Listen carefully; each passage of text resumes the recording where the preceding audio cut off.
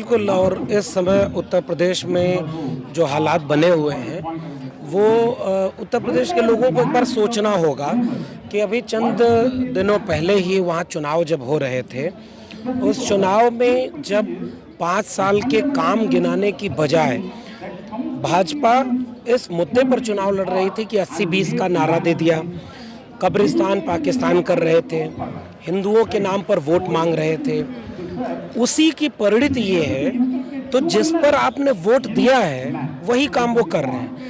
इस समय बीजेपी और आरएसएस से ईमानदार मुझे नहीं लगता कि कोई संगठन इस देश में बचा है, क्योंकि वो जो भीतर है वही बाहर है।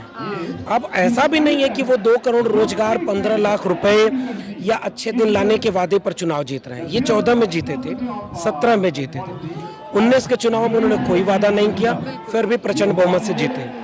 22 के चुनाव में उत्तर प्रदेश में उन्होंने कोई वादा नहीं किया कि इस प्रदेश की बेहतरी के लिए क्या करेंगे, फिर भी वो बुलंदी से चुनाव जीते।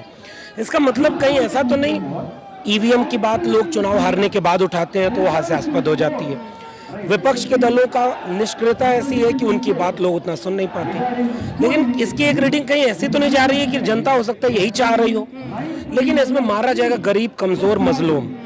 इस समय जो उत्तर प्रदेश में हो रहा है वो यही हो रहा है। बीजेपी अपना एजेंडा इम्पोज कर रही है, उनके एजेंडे में कहीं लाउड स्पीकर अजान का एजेंडा नहीं था, फिर भी वो बड़ी शातिरता से, बहुत कुशलता से ये काम करने में कामयाब हो गए कि टीवी चैनलों पर बैठ करके घंटों घंटों अजान, लाउड स्पीकर, मंदिर, मस्जिद, ज्ञानवापी, काशी विश्वनाथ, उसके बाद फिर मथुरा, अयोध्या, इसी पर बहस हो रही है। तो उनके पास तो ये तंत्र पहले से थे। उसके पर्दे के पीछे क्या हो रहा है, चंदौली में एक बेटी जिसके पिता पर यह आरोप लगा दिया गया कि वो अवैध काम करता था, जला बदर था, पुलिस 40 की संख्या में तब घुसती है जब केवल 2 बेटियां घर में हैं, पूरे मारपीट करती है, बेरहमी से मारती है। उसके बाद दूसरी बेटी को दूसरे कमरे में ले जा करके जाने किस रूप में क्या अत्याचार ढाती है। परिवार वालों के तो बहुत संगीन आरोप हैं। उसके बाद जब पुलिस जाती है तो दूसरी बहन देख रही है कि बड़ी बहन की लाश लटकी हुई है पंखे से। उसके बाद भी उत्तर प्रदेश में कोई हलचल नहीं। ललितपुर में जो हुआ, अब तो इसका मतलब ये कि पहले रिजीम में ये हो रहा था कि जिन्हें आतताई गुंडे बनाए गए थे, जो बीजेपी के गुंडे कहे जा रहे थे, तमाम हिंदूवादी संगठन के, वो जो काम करते थे, अब तो वो पुलिस करने लगी। पुलिस के ऊपर ये आरोप लग रहा है कि कोई बलात्कार पीड़िता अगर आपसे मदद मांगने जा रही है तो थाने में बलात्कार की बात सामने आ रही है, मारा पीटा जा रहा है कपड़े उतार करके। मुझे लगता है कि उत्तर प्रदेश एक बहुत मुश्किल दौर में गुजर रहा है। उत्तर प्रदेश की आवाम को ये तय करना होगा, जो दलित, पिछड़े, आदिवासी तो खैर उत्तर प्रदेश, दलितों का तो आप देखिए ना कि चुनावों के वक्त योगी जी गए खाना खाने तो उसको चुनावी एजेंडा बता दिया गया, लेकिन योगी जी कंसिस्टेंट हैं, अभी भी जा रहे हैं दलितों के घर खाना खाने। बिल्कुल, मैं यही तो कह रहा हूँ कि इस समय ईमानदारी और मेहनत से कोई काम कर रहा है तो बीजेपी है। वो नफरत का काम इतनी मेहनत से कर रहे हैं कि अब तो वो हर चाल चलेंगे ना। जैसे सामाजिक न्याय की बात हो रही थी कि पिछड़ों को, दलितों को हिस्सेदारी नहीं दी, वो देने लगे। उन्होंने मंत्री बना दिया, उन्होंने कई मंत्री और विधायक बना दिए आपके बीच से। तो अब आप क्या अपनी जाति का, बिरादरी का देख करके उसके साथ हो जाएंगे? ये तो सवाल, चुनौती है दलितों पिछड़ों के ऊपर। अगर ये सारा सामाजिक न्याय बीजेपी कर रही है तो इतना अन्याय, अत्याचार दलितों पर क्यों हो रहा है? यादवों के ऊपर हो रहा है। यादवों में से भी बहुत बड़ा तबका है जिसको मन ही मन रखता है कि वो हिंदू भी बन जाएंगे। अब देखिए आपके साथ क्या हो रहा है। यही हिंदू राज है जो चंदौली में हो रहा है, जो ललितपुर में हो रहा है, जो दलित पिछड़ों के साथ हो रहा है, वो एक तरफ हो रहा है। और उसको, अच्छा, जब से सरकार बनी है योगी जी सारा काम तो अच्छा ही कर रहे हैं, सबसे प्रेम से मिल रहे हैं, माँ से मिल रहे हैं, माँ को भी कैसे इवेंट बनाया जाता है उन्होंने, सीएम ने पीएम से सीखा है। वही काम वो अभी कर रहे हैं जो आपके सवाल में कि दलितों का खाना भी खा रहे हैं। ये हम अपने नेताओं की बात करें, ये क्या एकदम निकम्मे हो गए? इनको सड़क पर उतर कर आंदोलन नहीं करना चाहिए? इन नेताओं की सबसे बड़ा इम्तिहान तो इन नेताओं का है। जब आप नहीं कर रहे हो तो योगी तो करेगा ही करेगा। नेताओं के इम्तिहान का समय बाकी है आपको लगता है, या समय निकल चुका है? नहीं, मैं तो अभी भी कह रहा हूँ कि सच बात यह है जो आपके सवाल में है कि वाकई अब तो ऐसा लगता है कि नेता भी हार मान चुके हैं मन से। वो लड़ते हुए नजर क्यों नहीं आ रहे? अब मैं इसीलिए उम्मीद से अगर देखता हूँ तो उत्तर प्रदेश की आवाम को देखता हूँ। आपके रोजगार पर, शिक्षा पर, भर्ती, शिक्षक भर्ती घोटालों पर, आपकी महंगाई पर, बेरोजगारी पर, किसानी के सवाल पर अब ये सरकार कुछ नहीं करेगी, आपके सामने दिखने लगा है। दूसरी तरफ वो अन्याय अत्याचार के शिकार आप होंगे, आपकी जात बिरादरी के लोग मारे जाएंगे। ये कहा जा रहा था यादव तो ओवर रिप्रेजेंटेड हैं, तो यादवों को सड़क पे आना चाहिए कि भाई बचाओ। वो नेहा यादव किसके घर के बच्चे थे? गरीब, कमजोर, मजलूम लोग। ललितपुर में किसके घर के बच्चे मारे जा रहे हैं? उत्तर प्रदेश में। इसलिए मैं उम्मीद अगर कर रहा हूं तो मैं उत्तर प्रदेश की आवाम से कर रहा हूं, दलित, पिछड़े, आदिवासी लोगों से कर रहा हूं, महिलाओं से कर रहा हूं। एक बात गौर करिएगा, ये तलवार और त्रिशूल लेकर के जो हिंसा पूरे देश में आग लगाने की जा रही है, इसमें लड़कियां नहीं हैं।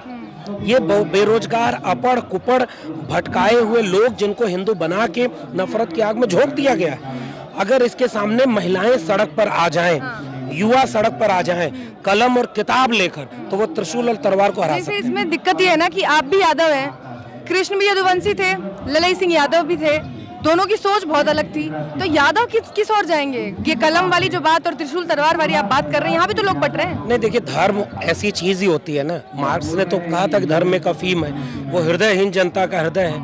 इसका मतलब क्या है? हमारे यहाँ तमाम बुद्ध, फूले, पेरियार, साहू जी, अम्बेडकर, लोहिया, इन सब ने जो धर्म को जिस रूप में देखा, उन्होंने कहा एक धर्म होता है वो जो आपका लोक धर्म है, विवाह गीतों में लोक धर्म है, कृषि से जुड़े हुए पर्वों में लोक धर्म है, प्रकृति की पूजा है। वहाँ कोई पंडा पुरोहित नहीं, कोई कर्मकांड नहीं, कोई मंदिर का बात नहीं। हमारे यहाँ तो मंदिरों में लोग जाते तक नहीं थे, लेकिन वो लोक धर्म था। इस समय जब मंदिर की राजनीति होने लगी तो धर्म हावी हो गया। नंबर एक बात।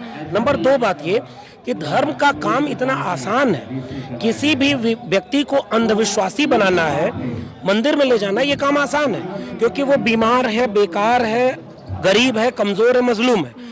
सरकार और समाज से उसको कोई सहयोग नहीं मिल रहा है। उसको लगता है कि ये मंदिर में हमको सहयोग मिलेगा, तो कुछ लोग बहुत स्वाभाविक रूप से मंदिर की तरफ जाते हैं, कृष्ण की तरफ जाते हैं। अतीत है उनका। ललई सिंह यादव का काम, सामाजिक न्याय का काम, तर्क, विवेक, वैज्ञानिकता का है, मोहब्बत का है। इस काम में हमेशा मुश्किल रही है, यह काम आसान नहीं है। अब जिम्मेदारी किसकी थी इस मुश्किल काम को करने की? सामाजिक संगठनों की, हमारे जैसे लोगों की, पढ़े लिखे लोगों की, समझदार लोगों की, जागरूक लोगों की।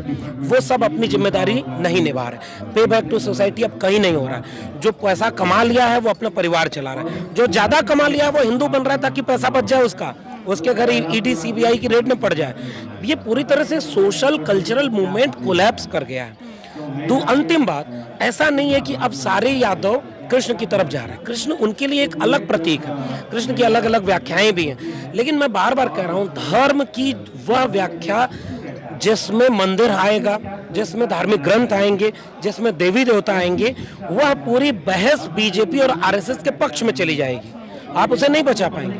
आप राम को कृष्ण से नहीं हरा सकते, क्योंकि वो बुद्ध को विष्णु का अवतार बनाने में कामयाब हो जा रहे हैं। कुछ दिन में अम्बेडकर को बना देंगे।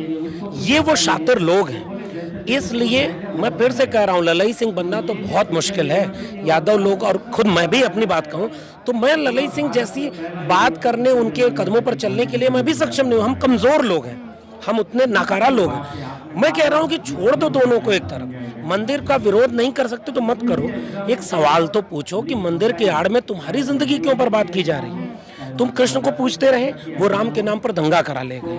मैं अभी भी कह रहा हूँ कृष्ण के नाम पर दंगा नहीं हो सकता, लेकिन कृष्ण कभी जीत नहीं पाएंगे फिलहाल जो दिख रहा है। इसलिए मैं ये कह रहा हूँ कि धर्म की अफीम चटाकर जो पूरे देश में हकमारी की जा रही है बहुजनों की, उससे लड़ने का केवल एक तरीका है।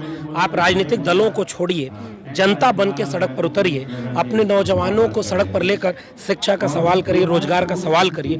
ये नफरत भी आग बुझ जाएगी। और दूसरी तरफ आपके बुनियादी मुद्दे, जिससे आपका परिवार चलता है, आपके घर में रोटी बनती है, तो उस पर मंदिर का कोई असर नहीं। मंदिर का चंदा तो पुजारी ले जा रहा है। मंदिर की आग लग रही है तो उसका फायदा बीजेपी जैसे संगठन उठा रहे हैं। जब तमाम हिंदुवादी संगठन आग लगाते हैं तो उनकी कुर्सी बचती है, आपका परिवार बर्बाद हो जाता है। इसलिए बहुत मुश्किल है कि यादव लोग ललई सिंह यादव बने।